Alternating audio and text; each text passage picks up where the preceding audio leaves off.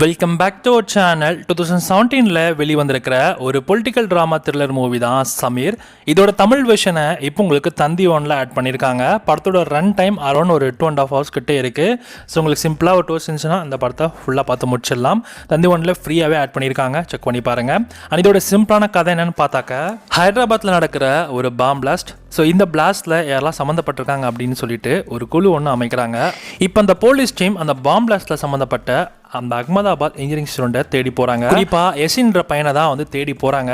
ஆனால் எசினை வந்து அவங்களால கண்டுபிடிக்க முடியல. ஸோ அதுக்கு பதிலாக அவங்களோட ரூம்மேட்டாக இருக்கக்கூடிய சமீர் அப்படின்ற ஒரு பையனை வந்து ஸோ வலுக்கட்டாயமாக தூக்கிட்டு போயிடுறாங்க. இதுக்கப்புறம் அவன் வந்து ஒரு இன்னோசென்ட்டுன்னு அவங்க எவ்வளோ சொல்லி நம்பாமல் ஸோ அவனை வச்சே வந்து எசினை எப்படி பிடிக்கிறாங்க, பிடிக்க முடிஞ்சதா இல்லையா, இல்லை சமீர்ன்ற ஒரு பையன் மாட்டிக்கிட்டு என்ன மாதிரியான ரிலிஜன் பாலிடிக்ஸும் அப்புறம் அண்ட் போலீஸோட டார்ச்சரையும் தாண்டி என்ன பண்ணுறான், என்ன சர்வே பண்ணுறான், அண்ட் கடைசியில் என்ன ஆகுது அப்படின்றது தான் இந்த படத்தோட கதையே. அண்ட் ஓவராலாக இந்த படத்தை பற்றி சொல்லணும்னா, இந்த படத்தோட ஃபர்ஸ்ட் ஹாஃப் நல்லா இருந்தாலும் செகண்ட் ஹாஃப் ரொம்ப ப்ரெடிக்ட் பண்ணுற மாதிரி தான் இருக்குது. நிறைய இடத்துல என்னென்ன சீன்ஸ் எப்படிலாம் போகும் அப்படின்றத நம்மளால் முன்கூட்டியே வந்து தெரிஞ்சுக்க முடியுது.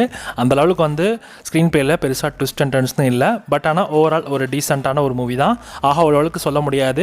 ஜஸ்ட் ஃபார் டைம் பாஸ்க்கு இந்த படத்தை நீங்கள் பார்க்கலாம். உங்களுக்கு இந்த டெரரிசம் ரிலேட்டட் மூவிஸ், அந்த பாலிட்டிக்கல் ரிலேட்டட் மூவிஸ்லாம் உங்களுக்கு பிடிக்கும். ஸோ இந்த மாதிரி ஹிந்தி படங்கள்லாம் நீங்கள் பார்த்துருக்கீங்க ஸோ அப்படின்னு நினச்சா மட்டும் இந்த படத்தை தாராளமாக ட்ரை பண்ணலாம்.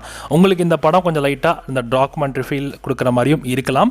ஏன்னா எனக்குமே ஒரு சில இடங்களில் டாக்குமெண்ட்ரி படம் பார்க்குற மாதிரி தான் ஒரு ஃபீல் இருந்துச்சு. ஸோ செக் பண்ணி பாருங்கள். இதோட தமிழ் வெர்ஷன் இப்போ உங்களுக்கு தந்தி ஒன்ல ஃப்ரீயாக யூடியூப்பில் அவைலபிளாக இருக்குது.